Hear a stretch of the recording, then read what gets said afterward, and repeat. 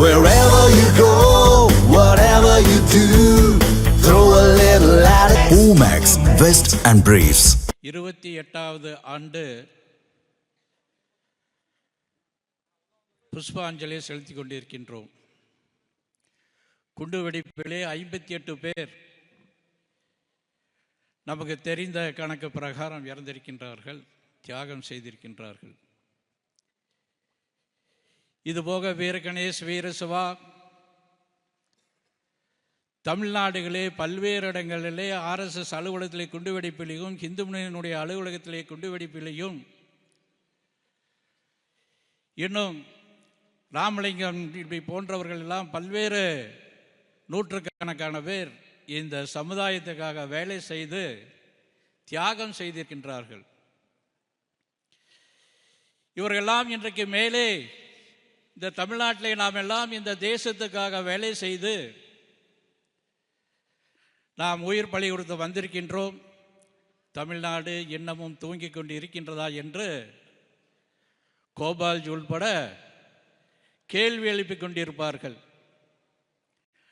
அவருடைய கனவுகள்லாம் வீணாக கூடாது, அதை ஞாபகப்படுத்தும் வகையிலே தான் இந்த புஷ்பாஞ்சலியானது நடந்து கொண்டிருக்கின்றது. ஏதோ கடனுக்காக வந்தோம் போனோம் அப்படி இல்லாமல் இந்த நிகழ்ச்சியை மனதிலே பதிவு செய்து கொண்டு தமிழ்நாட்டிலே ஒரு மாற்றத்தை கொண்டு வருவதற்காக இங்கே வந்திருக்கிற ஒவ்வொருவரும் வேலை செய்ய வேண்டும். இந்த அரசாங்கமானது, இந்த அரசாங்கமாகட்டும், நாம் இன்னும் சொல்லப்போனால் இந்து முன்னணி இந்துக்களுக்காக மாத்திரம் வேலை செய்யறது தான், ஒன்றும் கிறிஸ்தவருக்கு முஸ்லீமுக்கு வேலை செய்ய ஆரம்பிச்சதில்லை. இந்துக்களுக்காக வாதாட, போராட, பரிந்து பேச ஏற்படுத்தி கிட்டத்தட்ட 45 ஆண்டுகளாக பல்வேறு வெற்றி அடைந்திருக்கின்றார்கள். அதிலே பல்வேறு தியாகம் செய்திருக்கின்றார்கள்.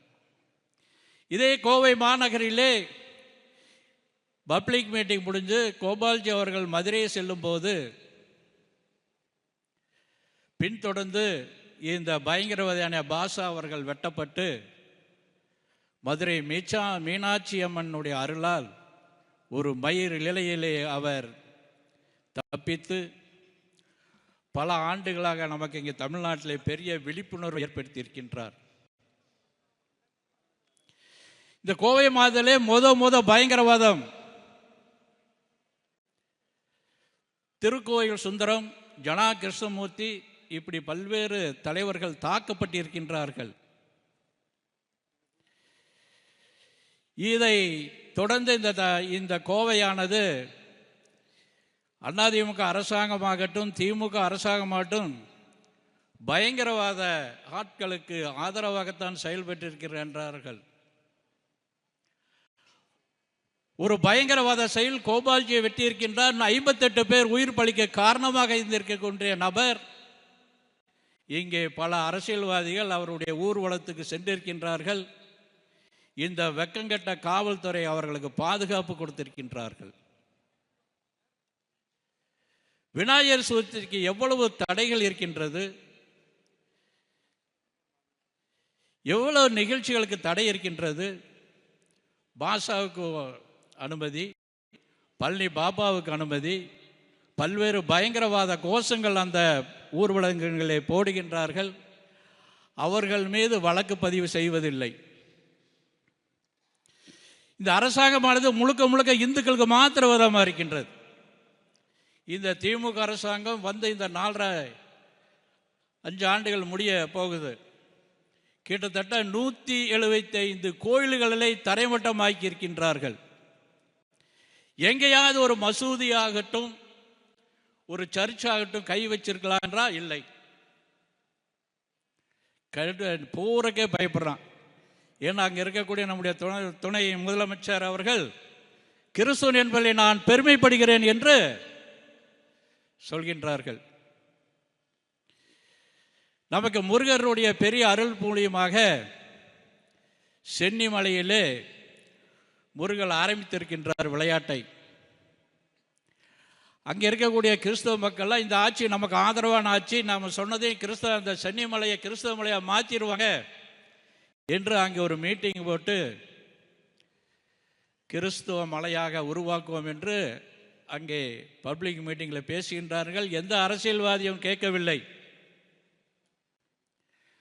நாம் அந்த ஊருக்கு சென்று என்னையா இப்படி எல்லாம் இருக்காங்க, இந்த ஊரில் என்ன பண்ணுறீங்க, தூங்கிட்டு இருக்கீங்களா இந்துக்கள்லாம் சொல்லி கேட்கும்போது தான் அங்கே ஒரு விழிப்புணர்வு ஏற்பட்டு கிட்டத்தட்ட அங்கே ஒரு கண்டன ஆர்ப்பாட்டத்துக்கு 50,000க்கு மேற்பட்டவங்க அந்த நிகழ்ச்சியில் கலந்துருக்காங்க. அதுக்கு பின்னாடி அங்கே இருக்கக்கூடிய அமைச்சர், அரசியல்வாதிகள்லாம் கூட்டம் போட்டு இது இந்துக்கள் இப்படியெல்லாம் ஒரு விழிப்புணர்வு ஏற்பட்டதுன்னு ஒரு ஆராய்ச்சி பண்ணக்கூடிய சூழ்நிலை அந்த சென்னிமலை உருவாக்கின்றது. அதுக்கு அடுத்து திருப்பரங்குன்றம் அந்த மலை 1920 லண்டன் கோர்ட் சொல்லியிருக்கு இது முருகல் மலை என்று சொல்லியிருக்கின்றது. அதுக்கு பின்னாடி பல்வேறு போராட்டங்களில் அங்கே மேலே தீபம் ஏற்றுவது ஏதோ தடை செய்யப்பட்டு இருந்திருக்கின்றது. நம்முடைய இந்து முன்னணிய 2வது தலைவர் ராஜகோபால் தொடர்ந்து ஒவ்வொரு ஆண்டுகளும் மேலே தீபம் ஏற்ற வேண்டும் என்று தொடர்ந்து போராடி கொண்டிருந்தார்கள். அது இந்த வருஷம் வரைக்கும் அந்த போராட்டமானது தொடர்ந்து நடக்கின்றது. 86 வாக்கில் ஒரு வழக்கு பதிவு செய்து அங்கே கோர்ட்டு சொல்லியிருக்கு மேலே தீபம் ஏற்றணும்னு சொல்லியிருக்குது. இந்த அரசாங்கம் 2 அரசாங்கமே சரி அதுக்காக செவி கொடுக்கவில்லை. தீபம் ஏற்ற வேண்டும் என்று சொல்லவில்லை. தொடர்ந்து போராட்டங்கள் மூலியமாக போன ஆண்டு மறுபடியும் நீதிமன்றம் சென்று மேலே தீபம் ஏற்ற வேண்டும் என்று சொன்னால் இந்த அரசாங்கம் நீதிமன்றத்தை மதிப்பது கிடையாது. அப்பீலுக்கு போனால் கூட 2 நீதிபதி கொண்ட நீதிமன்றம் சொல்கின்றது கீழே இருக்கக்கூடிய நீதிமன்றம் சொன்னது சரியான தீர்ப்பு, நீங்கள் அதை உடனடியாக நிறைவேற்ற வேண்டும் என்று அந்த 2 நீதிபதிகளும் சொல்லியிருக்கின்றார்கள். இந்த அரசாங்கம் அப்பவும் கூட அதை கடைபிடிக்க வரவில்லை. இப்படி இந்த சட்டத்துக்கு விரோதமான அரசாங்கம். ஆனால் இங்கே பக்கத்தில் ஒரு சர்ச் இருக்குது,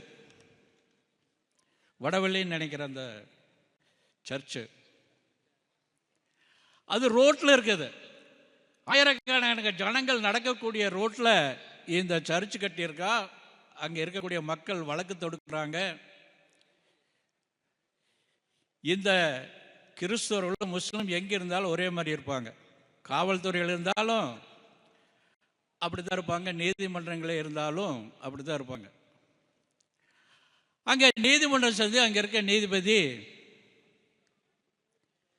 அங்கே என்ன சர்ச்சு தானியா, அங்கே கோயில் இருக்குது, இங்கே விநாயகர் கோயில் இருக்குது, முருகன் கோயில் இருக்குது, இங்கே என்ன சர்ச் இருந்தேனுங்கிற கேள்வி எழுப்பியிருக்கார். அந்த திருப்பரங்குன்றத்துடைய நீதிமன்றத்தை மதிக்கவில்லை அரசாங்கம். இங்கே இந்த நீதிமன்றம் சொன்னதை இது நீதிமன்றம் சொல்லியாச்சு, நாங்கள் இதை அகற்ற மாட்டோம், அந்த ரோட்டில் தான் இருக்குன்னு சொல்லக்கூடிய அளவு காவல்துறை இங்கே நடந்து கொண்டு இருக்கின்றது மோசமாக. இந்த அரசாங்கமானது இப்படி இரட்டை வேடம் போடுகின்றது. மதுக்கரைக்கு பக்கத்தில் அங்கே ஒரு மார்க்கெட்டுக்கு பக்கத்தில் விஎஸ்என் காலனி அப்படின்னு ஒரு ஏரியா இருக்குது. அங்கே பல வருஷமாக விநாயகர் கோயில் இருக்கின்றது. அங்கே சில பேர் இருக்க அந்த நக்சலைட்டு தீக்கா பயங்கரவாதிய செயல்களை சேர்ந்தவங்களாம் சேர்ந்து ஒரு புகார் கொடுக்குறாங்க. இந்த விநாயகர் கோயில் எங்களுக்கெல்லாம் இடைஞ்சலாக இருக்குது, அவங்கெல்லாம் மணி அடிக்கிறாங்க, சத்தம் கேட்குது. அப்படி சொன்னதையுமே அந்த விநாயகர் கோயிலை தரமட்டமாக்கி விட்டார்கள். இங்கே சர்ச் எடுக்கிறதுக்கு நீதிமன்றம் சொல்லிடுச்சுங்கிறான். அந்த கோயிலை பல வருஷங்கள் இருக்க கோயிலை போய் உடனே கை வச்சு எடுக்கிறாங்க. இதுதான் அப்படின்னா திருப்பூர் பக்கத்தில் 100 ஆண்டுகளாக இருக்குது குமரன் குன்று, அப்படி ஒரு 100 ஆண்டுகளாக இருக்குது அந்த கோயிலில். அங்கே இருக்க கம்யூனிஸ்ட்டு, அங்கே எம்பி, திருப்பூர் எம்பி ஒரு கம்யூனிஸ்ட்டு. அவள் எப்போவுமே நமக்கு ஆர்எஸ்எஸ் சாக்கா நடந்துன்னா உடனே புகார் பார்லிமெண்ட்டில் பேசுவான், அங்கே சாக்கா நடக்குது அப்படின்னு. அந்த மாதிரியான இந்துக்களுக்கு விரோதமான ஆள். அப்படி அவன் புகார் கொடுத்தையுமே இரவோடு இரவாக அந்த முருகனுடைய விக்கிரகத்தை அகற்றப்பட்டது. அதுக்கு வருகின்ற 19ஆம் தேதி ஊருக்காரெல்லாம் எப்படி திருப்பரங்குன்றம் சென்னிமலை நடந்ததோ அது மாதிரி அங்கே ஒரு பெரிய அறப்போராட்டம் நடத்துவதற்கு முடிவெடுத்திருக்கின்றார்கள். இந்த அரசாங்கமானது கோயிலை இடிப்பது 175க்கு மேற்பட்ட கோயில் இடிச்சிருக்காங்க. திருப்பரங்குன்றம் சரி, இங்கே திருப்பூரும் சரி, இங்கே மதுக்கரையில் மார்க்கெட்லையும் சரி இது மாதிரியான இந்துக்களுக்கு விரோதமாக இடிக்கின்ற காலத்தை எடுத்துக்கொண்டு இருக்கின்றார்கள். இது மாத்திரம் இல்லை, இந்த அரசாங்கமானது யாரெல்லாம் சமுதாயத்துக்காக வேலை செஞ்சுருந்தாங்க அவங்க மேலே ஏதாவது வழக்கு இருக்கும், ஆர்ப்பாட்டம் பண்ணியிருந்தால் வழக்கு போட்டுருவாங்க. எங்கேயாவது போய் ரோட்டில் ஏதாவது கோஷம் உரிமை கேட்டிருந்ததுன்னா வழக்கு போட்டிருப்பாங்க. இந்த வழக்கெல்லாம் வச்சு 110 அப்படின்னு ஒரு வழக்கு இப்போ எல்லா ஊர்லேயும் பண்ணிருக்காங்க. குறிப்பாக ஹிந்து முன்னணி, RSS, பிஜேபி இது மாதிரி இருக்கிற ஆள் மேலெல்லாம் ஒரு வழக்கு போடணும் அப்படி சொல்லியிருக்காங்க. குறிப்பாக இங்கே கண்ணன் சொல்லி ஒருத்தர் இருக்கார். அந்த கண்ணன் அவர் கொஞ்சம் வழக்கு போட்டு அவர் கொஞ்ச நாள் ஜெயிலில் இருந்து வந்திருக்கார். அவரை போய் தினசரி வீட்டில் போய் அவங்க அம்மா அப்பா டார்ச்சர் கொடுக்க, அந்த கண்ணன் எங்கே, அவருக்கு ஏற்கனவே போலீஸு டார்ச்சர் கொடுத்து நரம்பு பிரச்சனையாகி ஆபத்தான நிலையில் இருக்கார். அவங்க வீட்டில் போய் உங்கள் பையன் எங்கே அப்படின்னு தொடர்ந்து டார்ச்சர் இருக்காங்க. இப்படி பல்வேறு இடங்களில் டார்ச்சர், வீடுகள் போய் மிரட்டுறது. அப்போ தான் அந்த பையனை சமுதாய வேலை செய்யறதுக்கு வீட்டில் அனுமதிக்க மாட்டாங்க. அப்படி வீடுகளில் நிறைய இடங்களில் வீடுகளில் போய் மிரட்டுறாங்க. இந்த குண்டு வெடிப்பில் உள்ளே போனவங்க, மற்ற வழக்கில் போனவங்க, சசிகுமாரனுடைய இறந்தப்ப, சசிகுமார் இறந்தப்ப நிறைய வழக்கு வாங்கினவங்க, இந்த மாதிரியான முஸ்லீம்ஸ் நிறைய இருக்காங்க. இந்த காவல்துறை ஆண்மை உள்ள காவல்துறையாக இருந்ததுன்னா எவ்வளோ பேருக்கு மேலே முஸ்லீம் மேலே இந்த 110 போட்டிருக்கே நீ சொல்லணும். இதை சொல்லலைன்னா வருகின்ற ஒரு தேதி ஃபிக்ஸ் பண்ணி தமிழ்நாடு முழுவதுமே மிகப்பெரிய போராட்டம், காவல்துறையும் இந்த அரசாங்கத்தையும் கண்டித்து ஆர்ப்பாட்டம் நடத்த வேண்டிய சூழ்நிலையை இந்த காவல்துறை உருவாக்க வேண்டாம் என்று நினைக்கின்றேன். சில காவல்துறை நல்லவங்க இருக்காங்க, ஆனால் சில பேர் நக்சலைட்டா இது மாதிரி உள்ள பயங்கரவாதிகளுக்கு செயலாக இன்னும் பல்வேறு வெவ்வேறு விஷயங்களுக்காக பயங்கரவாதிகளுக்கு சப்போர்ட்டாக இருக்கக்கூடியவங்களுக்கும் இந்துக்களுக்கு விரோதமாக இருக்கக்கூடிய காவல்துறை இருக்கின்றது. ஏதாவது நல்லது செய்கிற காவல்துறையை பாராட்டின ஒன்று அவங்க மாற்றிடுவாங்க. இங்கேயும் கூட சென்னையில் இருந்து ஒரு கமிஷனர் வந்திருக்காரு, நல்லவர் தான் நினைக்கிறார். அவர் நல்லவர்னு சொன்னால் உடனே எங்கேயாவது மாற்றினாலும் மாற்றிடுவாங்க. அவர் இதை இந்த விஷயங்களை கவனம் கொடுத்து கேட்கணும். இங்கே உளவுத்துறை வந்திருப்பீங்க, இந்த கம்யூனிஸ்ட்ட இந்த செய்தியை கொண்டுட்டு போகணும். அனைவரும் அங்கே உட்காந்து ஆஃபீஸில் உட்காந்துன்னு கூட இந்த பார்த்துட்டு இருப்பாருன்னு நினைக்கிறேன். இந்த 110 விஷயத்தை நீங்கள் கவனம் கொடுக்க வேண்டும், சரியான முறையில் நடக்க வேண்டும். இது மதசார்பற்ற நாடுன்னு சொல்கிறாங்க. எது தவறாக இருக்குதோ அதை நீங்கள் தவற கண்டீங்க, நாங்கள் அதை நாங்கள் உங்களுக்கு ஒத்துழைப்பு இருக்கிறோம். ஏதோ முஸ்லீம்களுக்கும் கிறிஸ்தவனுக்கும் சாதகமாக இந்துக்களுக்கு விரோதம் நடக்கக்கூடாது என்று இந்த மாநகர கமிஷனருக்கு இந்த மேடையின் வாயிலாக கேட்டுக்கொள்கின்றோம். இது கவனம் கொடுக்கணும் என்று சொல்கின்றோம். ரெண்டாவது, திருப்பரங்குன்றத்துக்கு அங்கே இருக்கக்கூடிய முருக பக்தர்கள்லாம் ஒரு வேண்டுகோள் வைத்திருக்கின்றார்கள். வருகின்ற 23ஆம் தேதி தமிழ்நாடு முழுவதும் கந்த சஷ்டி கவசம் படிக்க வேண்டும். அப்படி முருக பக்தர்கள்லாம் வேண்டுகோள் கொடுத்துருக்காங்க. நம்முடைய சங்கம், சங்கத்தை சார்ந்த பல்வேறு அமைப்புகளுக்கு நீங்கள்லாம் இதில் கலந்துக்கணும் அப்படி முருக பக்தர்கள்லாம் வேண்டுகோள் விடுத்திருக்கின்றார்கள். அதனால் நாம் எல்லாம் இங்கே வந்திருக்கோம், எல்லாருமே வீடுகளில் 10 பேர் 15 பேர், கோயில்களில் எங்கெல்லாம் முடியுமோ 23ஆம் தேதி கந்த சஷ்டியை படிக்க வேண்டும். அது மூலியமாக திருப்பரங்குன்றத்தில் இருக்கக்கூடிய பிரச்சனைகள் தீர்வாகும் என்று முருக பக்தர்கள்லாம் நம்பியிருக்காங்க. இங்கே சாமியெல்லாம் வந்திருக்காங்க, சிவனடியாரெலாம் வந்திருக்காங்க. இவங்க எல்லாம் மக்கள்கிட்ட இந்த செய்தியை கொண்டுட்டு போகணும். நம்ம சில பேர் ஏற்கனவே சில மடங்களுக்கெல்லாம் சென்று கேட்டிருக்கோம். அவங்கெல்லாம் வீடியோ பதிவு பண்ணி அனுப்பிச்சிருக்காங்க. இது பெரிய லெவலில் இது போகணும் அப்படி நாம் பண்ணியிருக்கோம். ஏற்கனவே திருப்பரங்குன்ற மேலே மலை மீதெல்லாம் நம்முடைய மத்திய அமைச்சர் அவர்கள் அந்த பாய்க்கு மேலே கெடா வெட்டுறதுக்கு மேலே போகிறதுக்கு அனுமதி கொடுக்குறாங்க. அந்த ஒரு எம்பி ஒருத்தர் இருக்கார், நவாஸ் கனின்னு ஒரு எம்பி, மேலே பிரியாணி சாப்பிட்றதுக்கு அவனுக்கு போகிறதுக்கு அனுமதி கொடுக்குறாங்க. அப்புறம் இப்போ வரக்கூடிய பக்ரீத்துக்கு மேலே போகிறதுக்காக அனுமதி கொடுக்குறாங்க, போகலான்னு சொல்கிறாங்க. நம்முடைய மத்திய அமைச்சர்கள் மேலே போகிறதுக்கு அனுமதிக்கலை, இருந்தால் கூட மேலே போயே தீருவேன் என்று சொல்லி அன்றைக்கி நானும் கூட இருந்தேன். ஆனால் நான் என்னால் முடியாதுங்கன்ட்டேன். அவர் மேலே போய் சாமி விட்டு வந்தார். அது நிச்சயமாக அங்கே தெய்வம் ஏற்றக்கூடிய ஒரு சூழ்நிலை உருவாகும். நம்முடைய இங்கே தெய்வத்தூண் ஏற்ற வேண்டும் என்று நாம் நம்முடைய கோரிக்கை மேலே தியாகம் செய்தவர்களுடைய கோரிக்கையாக நமக்கு அகில இந்திய மகளிர் அணியினுடைய தலைவி சட்டமன்றத்திலே குரல் கொடுப்பார்கள். வருகின்ற காலத்திலே நமக்கு இந்த அதிமுக கூட இருந்தாலும் கூட அவர்கள் அதற்கு ஒத்துழைப்பார்களா என்பது இந்து முன்னணி சந்தேகப்படுகின்றது. ஆனால் வருகின்ற காலம் தேசிய சிந்தனை உள்ள ஆன்மீக சிந்தனை உள்ளவர்கள் சட்டமன்றத்துக்கு வருவதற்கு நாம் தான் துணை செய்ய வேண்டும். நம்முடைய விஹெச்பி அவர்கள் மாநில ஒருங்கிணைப்பாளர் அவர்களும் இந்த கந்தசஷ்டி கவசத்துக்காக அவங்க அந்த விஹெச்பி வந்து ரொம்ப ஈடுபட்டு கொண்டிருக்கின்றார்கள்.